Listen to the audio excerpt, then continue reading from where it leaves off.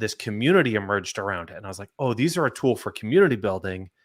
That's amazing. And that's what I've seen more than anything is like they're tools around community building, and then people are building stuff on top of them at this amazing rate. Yeah, it's I mean, communities and NFTs are such like a strong sort of value prop on Ethereum and in wider crypto as a whole. And I think that is what's going to drive like so many people into this space, is because like not everyone is interested in finance, but everyone has their favorite band or their favorite artist or whatever.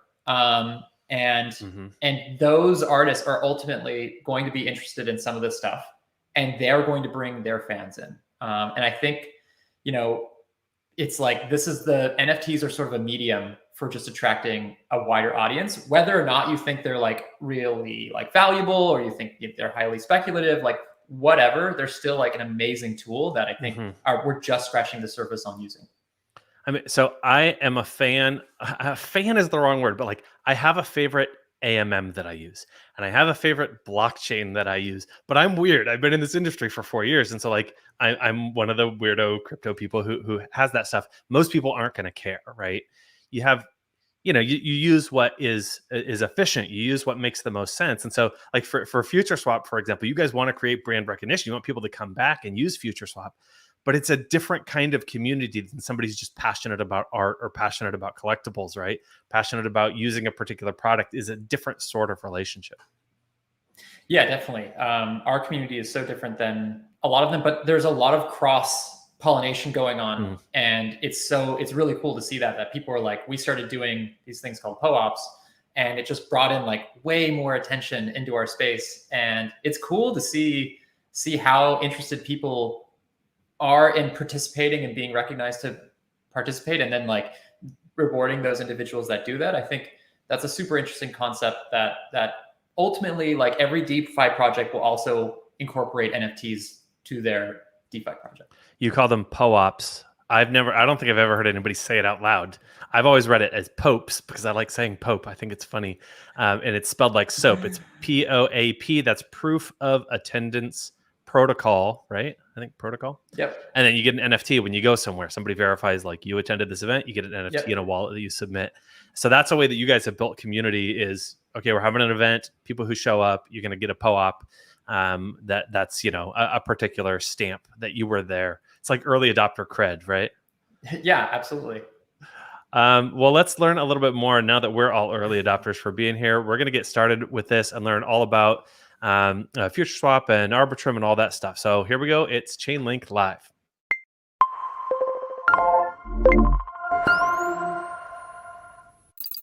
Welcome to Chainlink Live. My name is Andy Boyan from Chainlink Labs. I'm here with Derek Alia from Futureswap.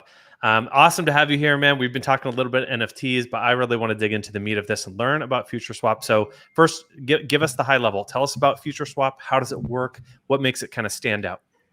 Yeah, so this is our fourth version of Futureswap. We were the first to launch Perpetuals on Ethereum a while back ago, like over a year ago. And so we've had a bunch of iterations. We've learned a lot. And this latest version is on Arbitrum. And it leverages Uniswap v3 under the hood, which is really, really important. Essentially, what Futureswap does is it allows for perpetuals on anything that's on Uniswap v3. And this is a really interesting concept because that means that, you know, there's a ton of creative potential that people can just spin up something and, you know, work with Chainlink, and ultimately, you know, a price feed can come in and they can spin something up on Futureswap instantly. And so we're moving towards this direction of we want to have leverage on any token pair that's on Uniswap. That's our goal right now, and you know we're definitely moving in that direction. All right, so let's back up a little bit. Tell me about perpetuals. Give us a definition for the audience so we know like how they're different from, you know, buying a token. That's spot, right? You just buy a token, you hold it. If it goes up, you gain it, it rises in value. If it goes down, it reduces in value. What are perpetuals? How are they different? Yeah, so on a high level, what perpetuals allow you to do is have leveraged exposure on an asset. And And that's pretty critical because, say someone wanted exposure on ETH, but they only had, $100. Well, they could use Uniswap or any other, trade product to go through spot and buy $100 worth of ETH, right? But with perpetuals, it essentially is similar to a future, which is, I'm going to enter into a contract and it expires at some period of time. I can go long or short, and I have some amount of leverage. And what that means is that leverage enables you to have more of that asset than you would in spot. So instead of buying $100 worth of ETH, I could buy, with my $100, I could buy 10x. I could buy $1,000 worth of ETH. Or on Futureswap, it's 26 right now, and it can go much higher. So essentially, it allows you to have more exposure. Now, the risk of that is, with spot, you're just holding onto this thing, and if it goes down, it goes down. If ETH goes down, you're just like, okay, I'm in the red a little bit. With these perpetuals, if it goes down to a certain point, which is called your liquidation point or price, essentially your position is closed for you. And so that puts you at greater risk, but also you have far greater reward. So it allows you to take on more leverage on positions or assets that you're interested in. And it also gives you directionality, which is you can go, if you think ETH is going to go down, you can go short, so you can bet against it. And if you think ETH is going to increase in price, you can sort of take on that position. So if I'm just holding a token on spot, value goes down, I still hold the token. You're still holding the token. But for perpetuals, I'm putting the token up as collateral basically against itself or other collateral in some cases. And then if the position goes down, the value goes down, I'm in danger of losing that collateral. Yes. That's the risk essentially. That's the risk. Yeah. Okay. Cool. So that's just like a different, especially when we kind of look at AMMs, Uniswap and SushiSwap and all the different kind of AMMs that have kind of emerged in DeFi. That's a real differentiator with Futureswap that I see, is you guys kind of allow these perpetuals on top of the AMM. Is that right? That's right. Cool. So you said you started on Ethereum. Now you've got it on Arbitrum. Yeah. There's got to be a massive scale and speed differential there. So like how does Arbitrum really change what you guys are doing and how it works? Yeah. So, Arbitrum is, as you know, a scaling solution. And so it just allows us to do a lot more while keeping costs lower. So in this version of Futureswap, it's built on top of Uniswap. So when you do a trade through Futureswap, it's also using Uniswap under the hood to trade on the spot market. And so to do those two calls would be pretty expensive on L1. Not insane, but it would definitely like around double the gas price. And when gas is spiking, it's like that's significant. Yeah, your first example is if you've got $100 in ETH, and I'm like, dude, that's gas fees sometimes, right there. Yeah.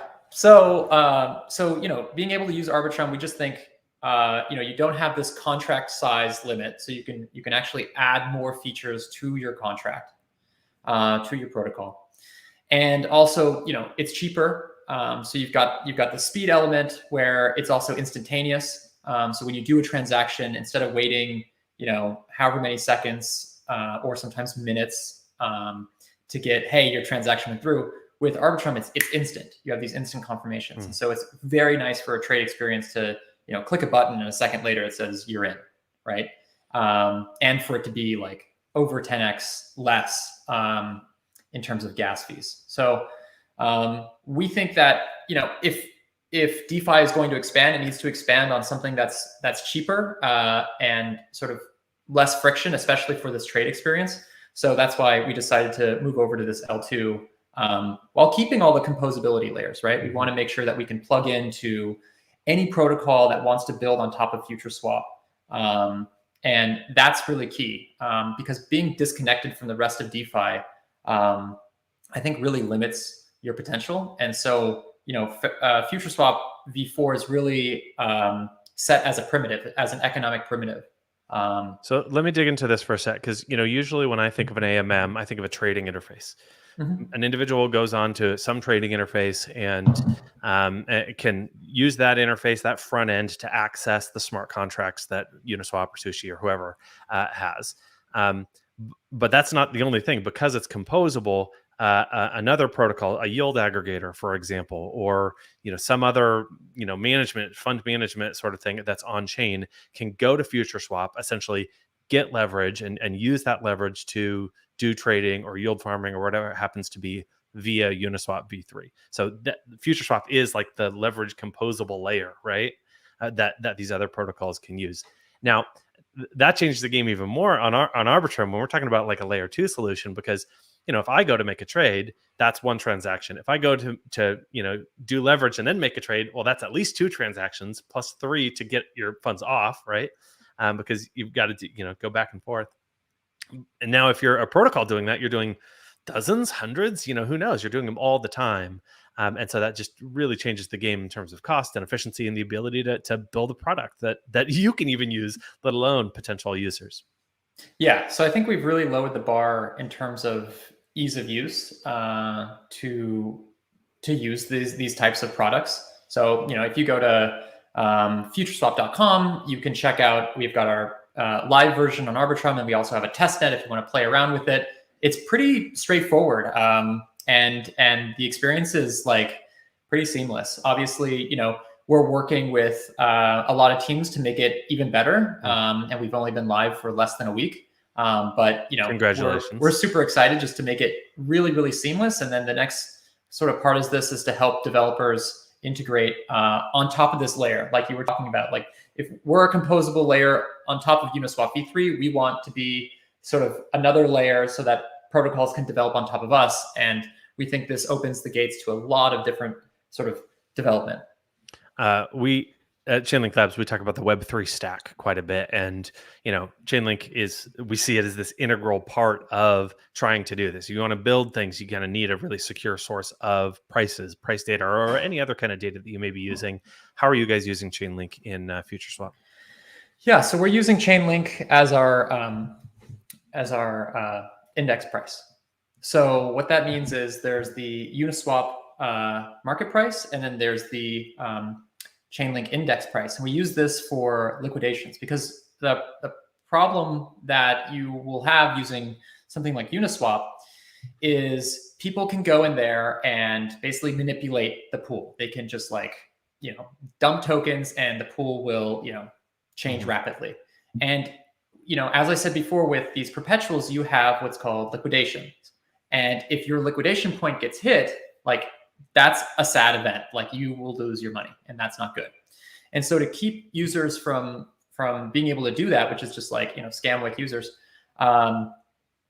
we use Chainlink so that it's not affected by someone going into the Uniswap pool and moving it around a bunch. Instead, it's sourcing from Chainlink, which sources from a bunch of reputable sources that pulls in that data, and we use that on-chain data for liquidations. Now let's clarify. This isn't Uniswap only. Like any single exchange, if you rely on any single exchange for your data, it's the same danger. So if you go to Coinbase and you just use Coinbase's API, same thing. If you go to SushiSwap, same thing, right? All of these exchanges, they create a price, and arbitrageurs usually are looking between those exchanges to kind of find prices, and that's how they generally stay level. But any single source exchange is vulnerable to that. I mean, that's fundamentally what Chainlink does. Is it applies this aggregation method of literally hundreds of exchanges into dozens of node operators that then work on an aggregate price. So regardless of somebody goes into Uniswap or whatever it happens to be and tanks the price of an asset using a flash loan or something like that, your collateral is reflecting the true market price, or as close to we can get as the true market price on chain. And liquidations happen, right? That's part of the risk. If you have no risk, that's not you're going to get no reward. That's not part of the financial system. But you want to make sure that your liquidations are done using accurate data. You don't want to get liquidated from a scam or from a manipulator or something like that.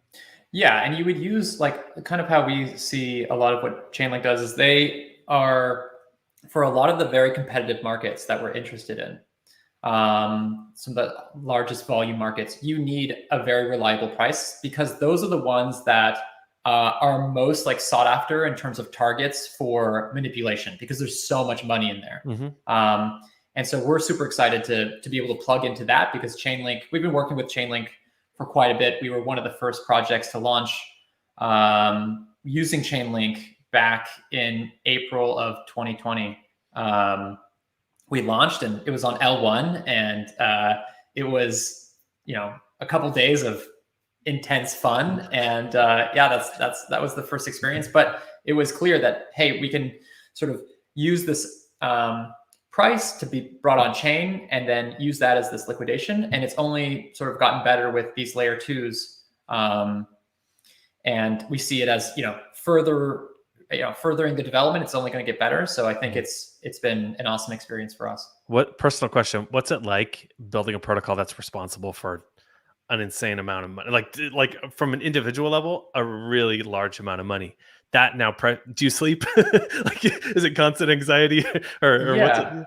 I think there have been versions where it was harder to sleep, but this version, we built it to be economically sound. That was a key factor, because we realized like a lot of our competitors have these things called insurance funds. Insurance funds have been around for a long time. They're great. But what that does is it centralizes the process of sort of hey, let's decide on, should we bail out like XYZ, right? This event happened. We need to decide to take this money and do this. Like, this is a human in the loop process, essentially. This is not completely decentralized. And if you're building a protocol that depends on sort of composability, and you need like what if someone was like, you know what, we're actually going to stop your trade because something came up and we're not going to, like, you would be furious at Uniswap, right? You expect for it to always happen. And so Futureswap was built to be economically secure. So it doesn't need this insurance fund. It will always work regardless. And so, this was something that was created in mind when we started this thing. And so, it's much easier to sleep at night knowing it's economically secure. Yeah, decentralization, it's not just a philosophy for enlightenment. Like, it's a security measure. Like that's why you use multiple sources, so there's not a this centralization risk. And the industry, is working hard. I see it across the industry, across chains, across protocols, at try to decentralize more. Where you can decentralize, whether it's protocol level stuff, blockchain, adding more nodes, or data using Chainlink feed that has all these multiple sources, governance, or just throw centralized governance and decision making out. That's a really interesting process. But it's hard. Like, well. Decentralization is like 10, 20x harder. I mean, and a lot of people come into the space wanting to take the tool set they know, the hammer they know, and because that's what they're used to, and they want to apply it to this field. And oftentimes it's sort of the wrong approach, right? That is not decentralization. Decentralization is really hard, and it requires a different mindset. And I think a lot of people, when they come into the space, they're just like, oh, I can just do all this stuff. And then they try to do it and they realize it breaks and there's cracks and it's gameable and all these things. And then they try to build it in a decentralized way, and they realize, oh man, you need all these different components. And even we tried building sort of oracles. And it's a really hard problem. We did it. We realized after we did it, we were like, okay, we have this, or we could use, Chainlink. And, we went with Chainlink because it's what you guys focus on, and it's what you do, and you do it, you've done it consistently well. So I think it's pretty hard for new people coming in the space just to get up to speed. There's definitely an upgrade process. Yeah, absolutely. Synthetics came from Synthetics talks about that, is like they had oracles for a long time. And they were like, why are we maintaining oracles? Why we just focus on what we want to build and let this technology who focuses on that do it.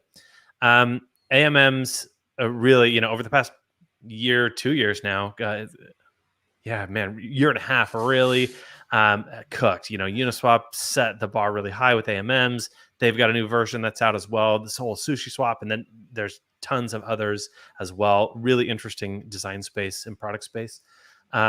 Now you guys are kind of building a layer on top of that as well, tapping into composability. Is this a trend going forward? Is this like, we see chatter about DeFi 2.0. I'm not sure what that means yet, but do AMMs have more to go with sort of these composable layers, perpetuals, and is there other stuff as well that's coming?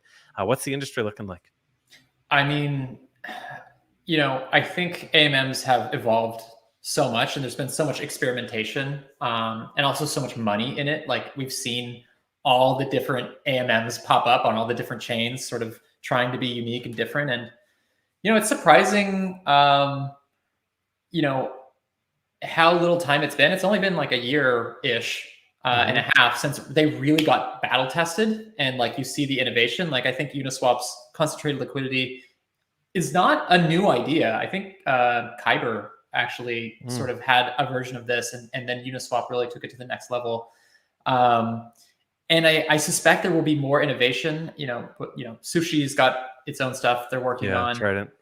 There's some other AMMs working on them, but I think what'll be interesting is even more integrations. I know that Futureswap sort of unlocks leverage on any AMM on Uniswap.